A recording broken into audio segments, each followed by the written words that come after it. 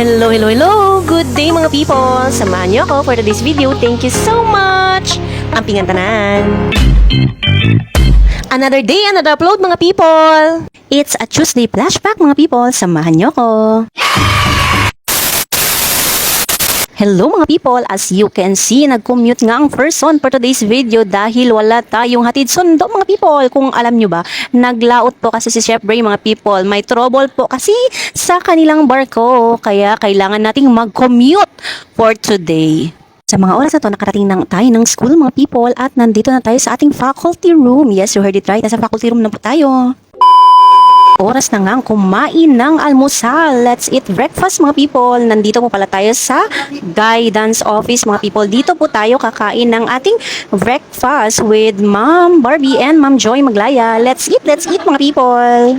Thank you so much pala sa aming sponsor ng aming ulam for today, to Ma'am Barbie Jane Fernandez. Maraming salamat sa iyong pabangus for today's video. Ako lang mga people, hindi po pala kami kumain doon sa may faculty room namin dahil po may mga kasamahan kaming nagpapasting. As a respect mga people, dapat iwasan natin na maamoy nila ang ating mga pagkain. Kaya nga medyo lumayo kami sa kanila. Pero that is not mean na hindi po kami pwedeng magsama.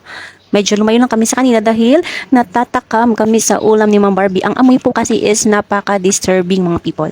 Kaya dito na lang kami sa guidance office. Thank you so much kay Ma'am Joy sa pag-occupy sa amin, pagpapa-occupy sa amin dito sa guidance office. Thank you so much!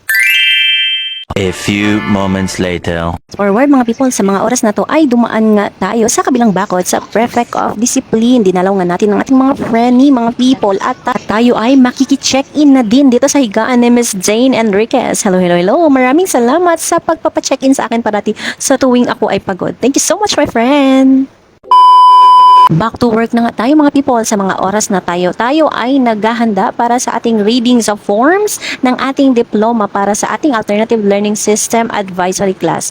So sasamahan po tayo ni Ma'am Siti Salamaldisa, our ALS Coordinator, and ni Ma'am Nelia ng aming Registrar. Hello, hello, hello.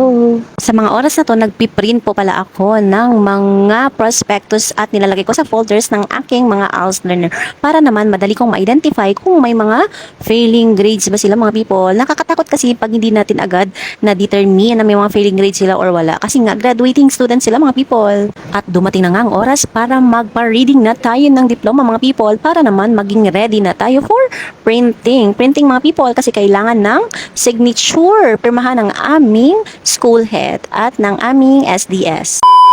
Na nga, para tayo ay maglokohan mga people, tayo ay magja-jogging sa oval, hindi pala literal na jogging, tayo ay walking lang po mga people. Walking is the best exercise. Ika nga nila, let's go walking mga people. Hello, hello, hello, beautiful people of Meta World. Samahan niyo ako for today's live. Thank you so much.